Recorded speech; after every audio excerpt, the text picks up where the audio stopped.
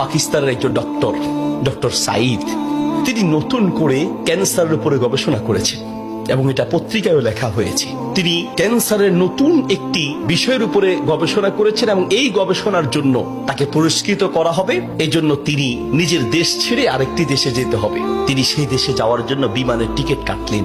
তিনি তার জীবনে দোয়ার যে ফল, দোয়ার মাধ্যমে যে কি করে অসম্ভব সম্ভব হয় তার বাস্তবতা তিনি নিজ মুখে বলছেন যে আমি বিমানের টিকিট কাটলাম, বিমানে উঠলাম, মনে বড় আনন্দ। দীর্ঘদিনের গবেষণার পরে আজ আমি পুরস্কার পেতে চলছি। বিমানে ওঠার পরে 1 ঘন্টা কোন রকম বিমান চলার পরেই আমাদেরকে পাইলট বলল যে আপনারা বেল শক্ত করে বাঁধেন, কারণ বিমানের যান্ত্রিক ত্রুটির কারণে সামনে আগাতে পারবে না। আশেপাশের যে কোনো একটা এয়ারপোর্টে আমরা সুযোগ পেলেই সেখানে ল্যান্ড করব। তিনি বললেন। কিছুক্ষণ পরেই বিমানটা ল্যান্ড করলো। আমি একেবারেই ভেঙে পড়লাম যে আমার বোধহয় যাওয়া হবে না। বিমান ল্যান্ড করার পর জিজ্ঞেস করলাম এটা কি যাবে? বলছে যে ত্রুটি, এটা আজকে যাবে না। তাড়াতাড়ি বলছেন যে আমি সেই বিমান বন্দরে বিমান থেকে নেমে চলে গেলাম ইমিগ্রেশন কাউন্টারে, গিয়ে বললাম যে আমি তো ওই জায়গায় যেতে চাই। পরবর্তী বিমান কখন? বলছে পরবর্তী বিমান কমপক্ষে 16 ঘন্টা পরে, আর এই বিমান যাওয়া সম্ভব নয়। তাহলে আমি কি করব? বলছে আপনি একটা কাজ করেন, যতদূর এসেছেন 3 থেকে 4 ঘন্টার মধ্যে আপনি পৌঁছাতে পারবেন যদি দ্রুত একটা প্রাইভেট কার নিতে পারেন। বলছে আমি তাড়াতাড়ি সেখান থেকে বের হয়ে ব্যাগটা হাতে নিয়ে দৌড়াতে এয়ারপোর্টের বাহিরে গিয়ে এক প্রাইভেট কার ঠিক করলাম।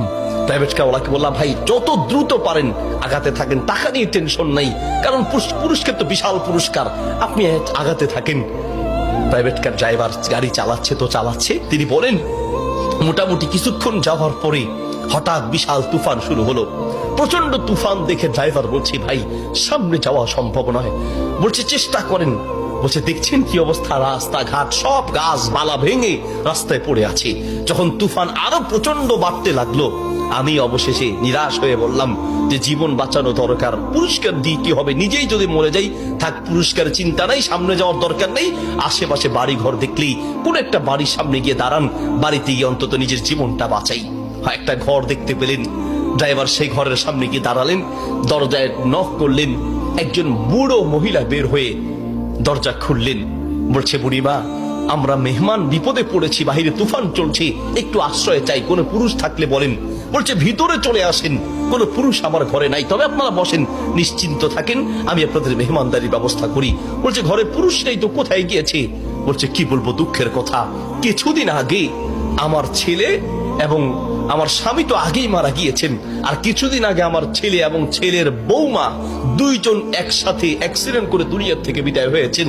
বাড়িতে শুধু আমি আর আবার নাতিটা আছে। বলছে আপনারা বসেন, একটু মেহমানদারি ব্যবস্থা করি।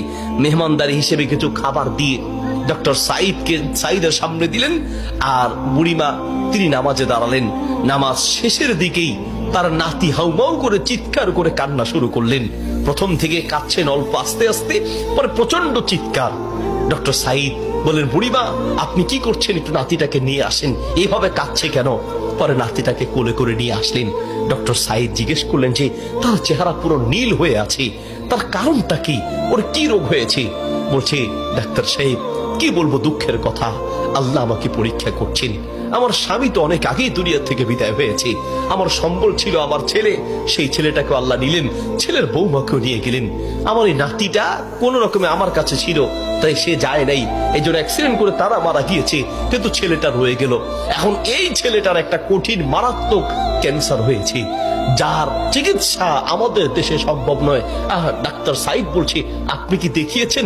বলছে হ্যাঁ, এটা নতুন ধরনের ক্যান্সার, এলাকায় যাকেই দেখাই সবাই একই কথা, আমাদের পক্ষে সম্ভব নয়। তো ডাক্তাররা কি পরামর্শ দিয়েছে? বলছে পাকিস্তানে যেতে। পাকিস্তানে একজন ডাক্তারের নাম বলেছে, তিনি এই নতুন রোগের, এই নতুন ক্যান্সার উপরে তিনি গবেষণা করেছেন, তার কাছে গেলে নাকি ভালো হবে। ডাক্তারের নাম বলেছে?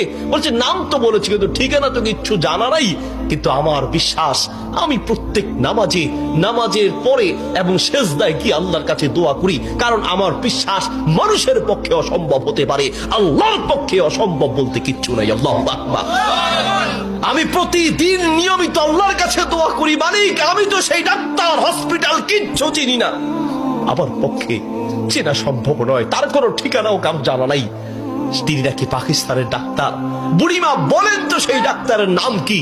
বলছে সেই ডাক্তারের নাম নাকি ডক্টর সাইদ, নতুন করে তিনি নাকি এই ক্যান্সার উপরে গবেষণা করেছেন। বলছে বুড়িমা কসম করে বলেন তো ডাক্তার সাইদের সাথেই আপনাকে দেখা করতে বলেছে? মহিলা বলছে ভাই আপনি মেহমান মানুষ, আমি কেন আপনার কাছে মিথ্যা বলতে যাব?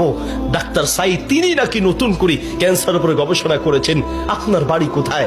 ডাক্তার সাইদ বলল বুড়িমা আমি আপনাকে কসম করতে বলেছি এই জন্য যে আমি বড় অবাক হয়েছি, আল্লাহ যে বান্দার দোয়া কিভাবে কবুল করেন, আল্লাহ যে মানুষের দোয়া কিভাবে কবুল করেন, আমি এখন বুঝতে পেরেছি কেন আমার বিমান নষ্ট হয়েছে, আমি এখন বুঝতে পেরেছি কেন আমি প্রাইভেট কারে উঠেছি, আমি এখন বুঝতে পেরেছি কেন তুফান শুরু হয়েছে, আমি এখন বুঝতে পেরেছি লক্ষ লক্ষ বাড়ি ঘর থাকতে কোথাও না গিয়ে আপনার বাড়িতে কেন এসেছি, আমি এখন বুঝতে পেরেছি আল্লাহ বান্দার দোয়া কিভাবে কবুল করে। বুড়িমা আপনি যে ডাক্তার সাইদের জন্য দোয়া করছেন সেই ডাক্তার সাইদের কাছে পাকিস্তানে যেতে হবে না, টেনে টেনে তাকে আপনার বাড়িতে নিয়ে এসেছেন, আমি ডাক্তার সাইদ আপনার বাড়িতে উপস্থিত আছে। আল্লাহু আকবার। প্রিয় ভাইয়ের আমার, আসা আন তাকরাহু শাইআন ওয়া হুয়া খায়রুল লাকুম ওয়া আসা আন তুহিব্বু শাইআন ওয়া হুয়া শাররুল লাকুম। আল্লাহ বলে বান্দা শোনো, আমরা অনেক সময় দোয়া করতে গিয়ে আমরা অলসতা পেশ করি, অথবা অচেতন হয়ে যাই, অথবা দোয়া করার ক্ষেত্রে আমাদের ইয়াকিন থাকে না। কারণ হুজুর কত দোয়া করছি, কত বলছি আল্লাহর কাছে, কই না হুজুর আল্লাহ তো শুনে নেই, ঠিক না?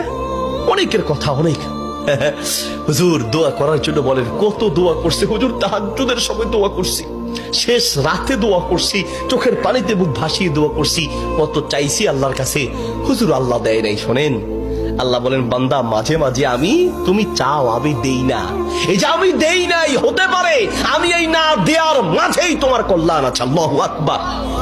আমরা জানি না, হতে পারে ওই যে আল্লাহ দেয় নাই সেটার মধ্যেই আপনার জন্য কল্যাণ দিয়েছি। এই জন্য দোয়া করবেন, পান বা না পান দোয়া করে যাবেন।